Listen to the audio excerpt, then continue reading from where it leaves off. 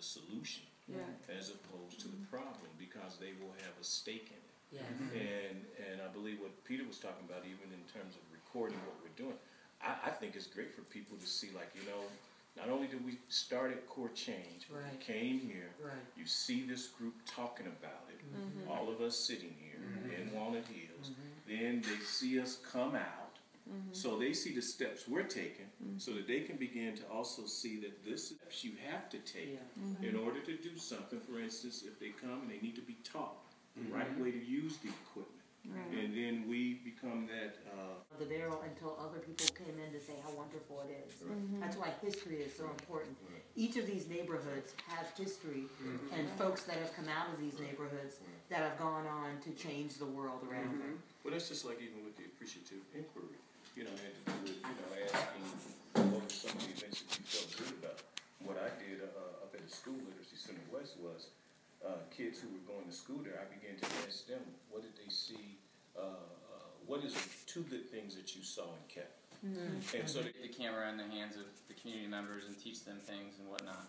That's one goal of what we want to do, but I don't think that's all we want to do. Because we're talking about actually telling legitimate stories and providing an alternative source. I think sort of what could really be our true niche, although we would still do the part where we would recruit people from the community and get them engaged, would be to cover events in neighborhoods that aren't covered, and cover them with a phone, and cover them quickly, and have them out on Facebook and Twitter and all those outlets right away. And I'm thinking, just like you mentioned the library, I'm thinking like an event at the library that isn't... Identifying the different groups, the reporters, you know, and identifying the ones that...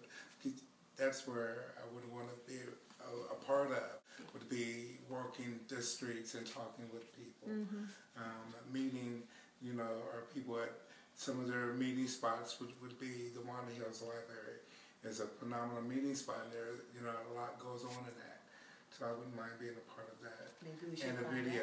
Maybe we should find out, just for a lack of a place to start. We all came in here hoping to see where some people would be really good at covering the community.